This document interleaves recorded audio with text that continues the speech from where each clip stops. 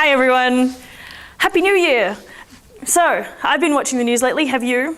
I mean, it's pretty dreadful. 2012, not off to a great start.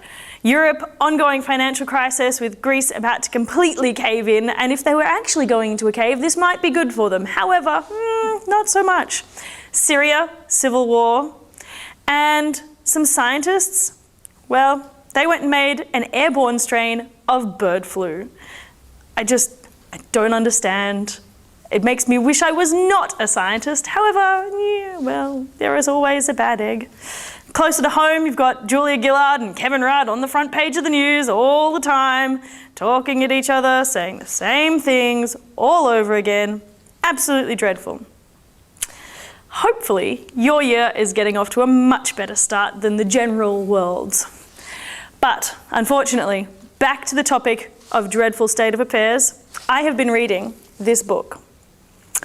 And it seems that there might actually be something with this 2012 business that's actually quite correct. Now, let me just find the page that I've marked that shows our specific prophecy. And so, it was handed down by the prophet they called Batman in the 12th year of the 21st century. Those who do sing will gather from all corners of the nation to the streets I founded. There are the trumpets, as well as other instruments of music that will sound, and this shall mark the beginning of the countdown of the end of days.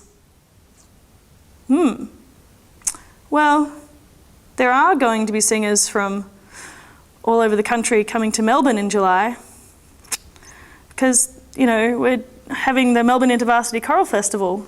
So from all across Australia, together with a couple of weeks of really amazing music and some fun. So it sounds like this prophecy thing might be true. I mean, the world could end this year, I guess. It'd be a bit sad. Yeah, at least we'll go out with a bang. Right, so if the world is going to be destroyed, first up, Melbourne Town Hall, where we're doing the Berlioz's Requiem. It hasn't been done here in my lifetime, I'm pretty sure. And shh, I'm not that old, but you know, we'll just be a bit quiet about that. And we've got the Melbourne Youth Orchestra being the orchestra for us and being conducted by Brett Kelly, who is also really amazing. It's going to bring the house down. Possibly some of Swanston Street as well, but you know, that's all right. They keep digging it up lately anyway. So that is a fantastic concert, and it is only 4 months away. 4 months.